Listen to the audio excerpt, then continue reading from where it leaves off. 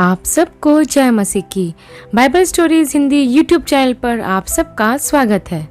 आज मैं आपको इसहाक और रिबिका की कहानी का संक्षिप्त विवरण बताने वाली हूँ, जिसका वर्णन आपको उत्पत्ति की पुस्तक के 24 अध्याय में देखने को मिल जाएगा। इससे पहले प्रियो कि हम वीडियो को शुरू करें, आप हमारे Bible stories Hindi YouTube channel को सब्सक्राइब करना और बेल आइकन को दबाना ना भूलिएगा। तो आइए प्रियो, हम वीडियो को शुरू करते हैं। यह उस समय की बात है जब अब्राहम बूढ़ा हो चुका था और सारा की भी मृत्यु हो गई थी।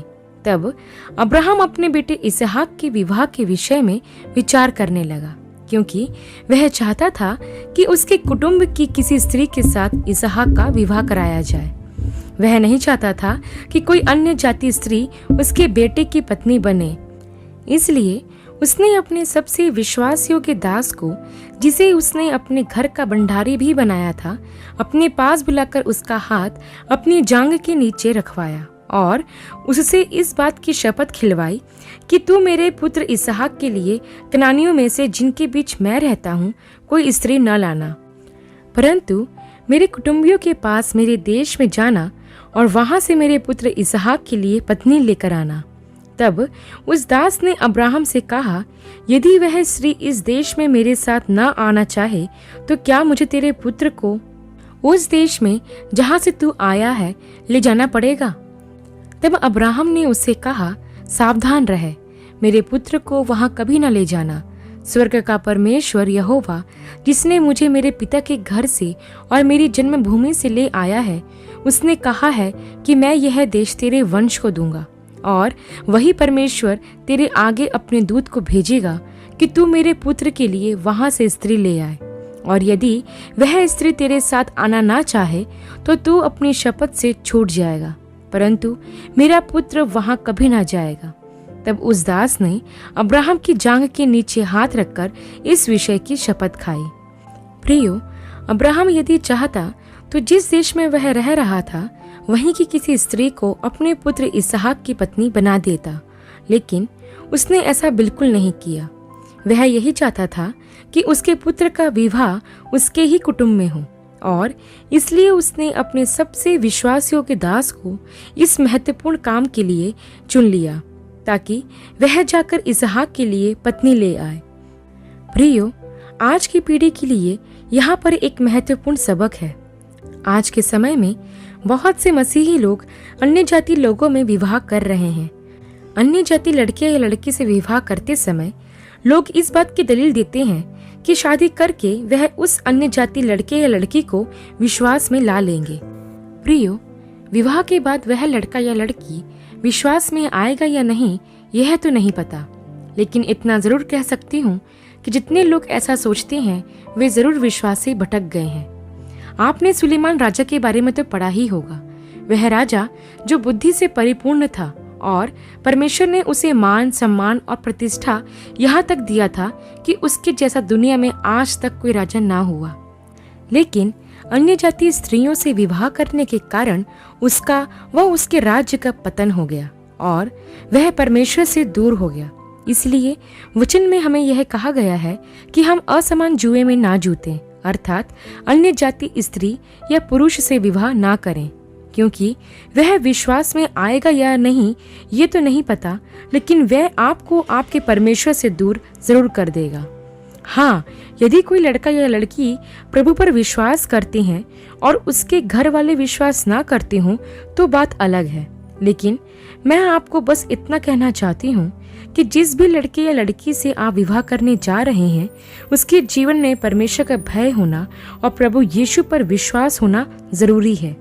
मैं ऐसे बहुत से परिवारों को जानती हूँ जिन्होंने अन्य जाति और गैर विश्वासी घरानों में शादी की और आज वह खुद प्रभु से बहुत दूर हैं। यहाँ तक कि कुछ स्त्रियां तो ऐसी भी हुई हैं जिन्होंने ससुराल वालों और पति के दबाव में आकर मूर्ति पूजा तक शुरू कर दी है।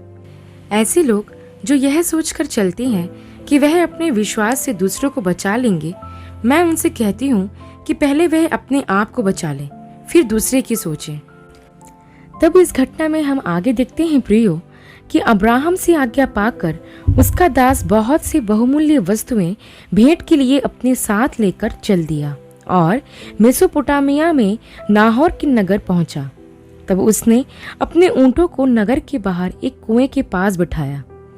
शाम के समय कई स्त्रियां जल भरने के लिए अपने नगर से निकली। तब अब्राहम का दास कहने लगा, हे मेरे स्वामी अब्राहम के परमेश्वर यहोवा, आज मेरा काम सिद्ध कर और मेरे स्वामी अब्राहम पर करुणा कर। देख, मैं कुएं के पास खड़ा हूँ और नगर से कई स्त्रियां जल भरने के लिए निकल आई हैं। इसलिए ऐसा होने दे कि जिस स्त्री से मैं कहूँ कि अपना घड़ा मेरी ओर झुका ताकि मैं पानी पी सकूं, तो वह स्त्री कहे कि ले पी ले, और मैं तेरे ऊँटों को भी पानी पिलाऊंगी। तो वही स्त्री हो जिसे तूने अपने दास इसहाक के लिए ठहराया हो। इसी रीति से मैं जान लूंगा कि तूने मेरे स्वामी पर करुणा की है। प्रियो, यहाँ हम देखते हैं कि अब्राहम के दास ने अपनी बुद्धि नहीं चलाई।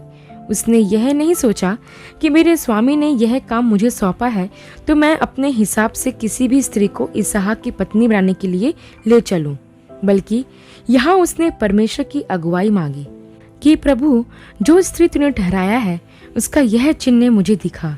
वैसे ही प्रियो, हमें भी अपने जीवन के महत्वपूर्ण निर्णयों, विशेष करके विवाह के निर्णय के लिए परमेश्वर की अगुवाई और चिन्ह मांगना बहुत जरूरी है।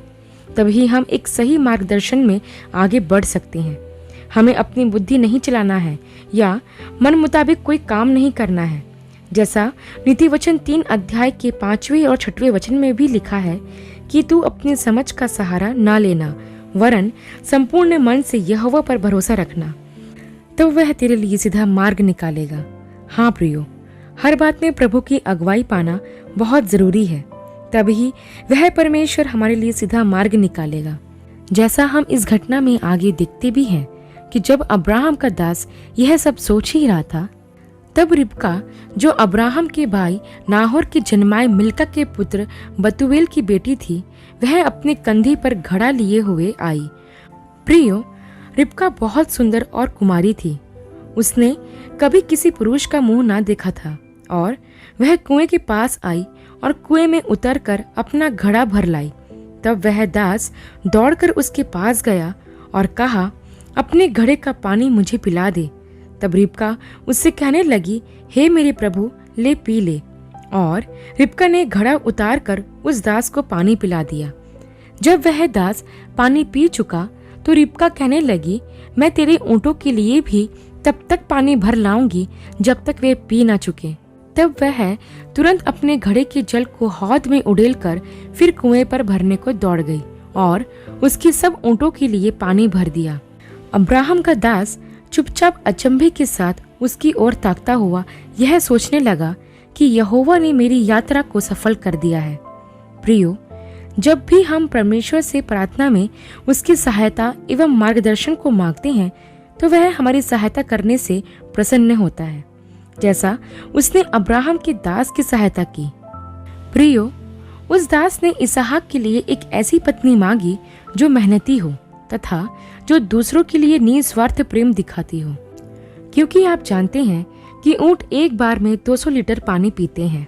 और उस दास ने प्रभु से यही कहा कि जो स्त्री उसे ही नहीं वरन उसके पीछे उसके ऊँटों को भी पानी पिलाए, वही स्त्री उसके स्वामी अब्राहम के पुत्र इसहाक की पत्नी बनेगी। और उस कठिन काम को करने के लिए रिबका ने स्वयं अपने आप को आगे किया, जो यह दिखाता है कि रिबका कड़ी मेहनत से डरती नहीं थी। साथ ही दूसरे लोगों के प्रति उसके हृदय में प्रेम भी था। तब हम आगे देखते हैं प्रियो कि जब रिबका ऊँटों को पानी पिला चुकी, तब उस दास ने आधा तोले सोने का एक नथ निकालकर उसे दे दिया तथा 10 तोले सोने के कंगन उसके हाथ में पहना दिए और उससे पूछा कि तू किसकी बेटी है? क्या तेरे पिता के घर में मेरे रहने का स्थान होगा?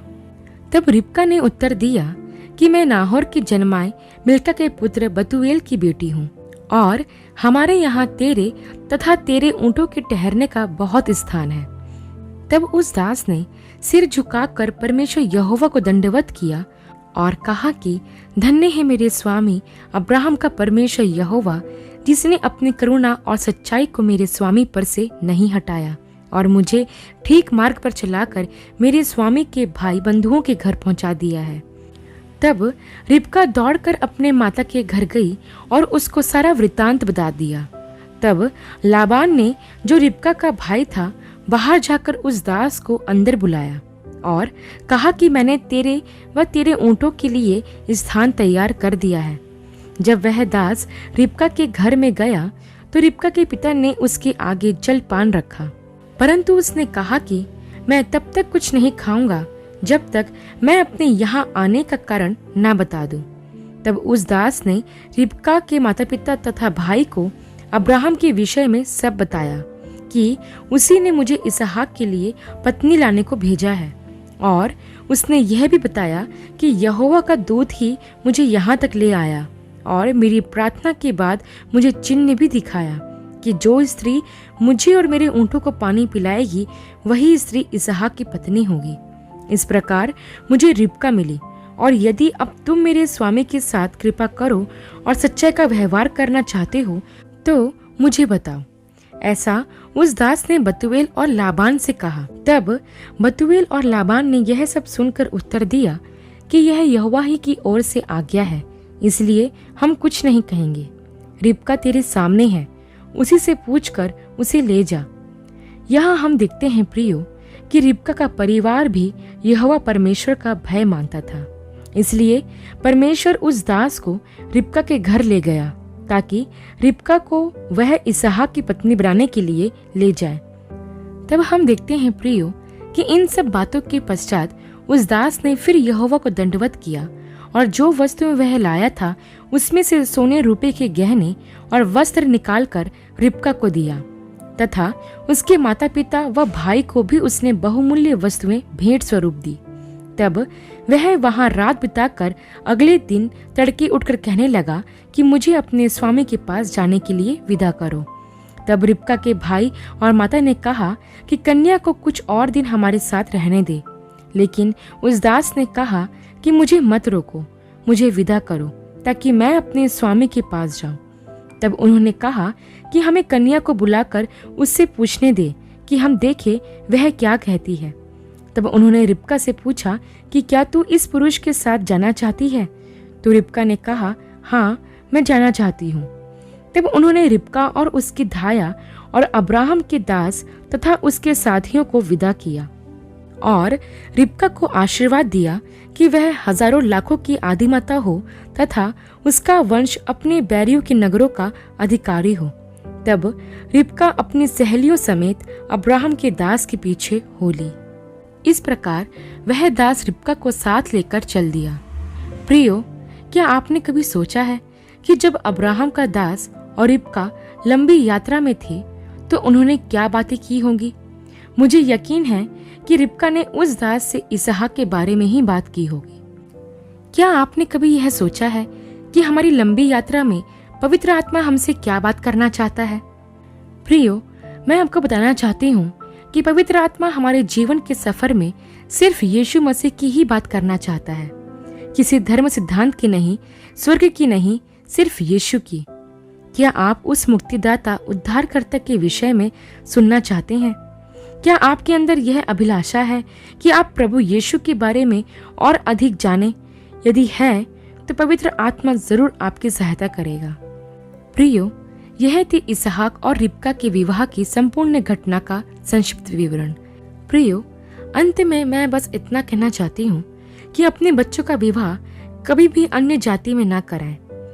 मसीह विश्वासियों में ही अपने बच्चों का विवाह कराएं ताकि उनकी आने वाली पीढ़ी आशीषित बनी रहे। इसके साथ ही मैं बताना चाहती हूँ कि जो लोग विवाह के लिए लड़के या लड़की तलाश रहे हैं उन्हें धीरज के साथ प्रतीक्षा करना चाहिए तथा प्रभु की अगुवाई मांगनी चाहिए। जल्दबाजी में या अपने मन से इस काम को ना करें। इसके साथ ही प्रियो, मैं उन तमाम विवाहित तथा अविवाहित स्त्रियों से कहना चाहती हूँ कि आप रिबका की तरह परिश्रमी, यहोवा की आज्ञा मानने वाली, आदर सत्कार करने वाली तथा बुद्धिमान पत्नी बने ताकि आप एक आदर्श पत्नी बन सकें। आशा करती हूँ प्रियो, इसहाक व रिबका के विवाह की इस घटना का संक्षिप्त विवरण आपके लिए आशीषित रहा होगा। अगले वीडियो में एक नए विषय के साथ आप सबसे फिर मुलाकात होगी। तब तक के लिए आप सबको जय मसीह की।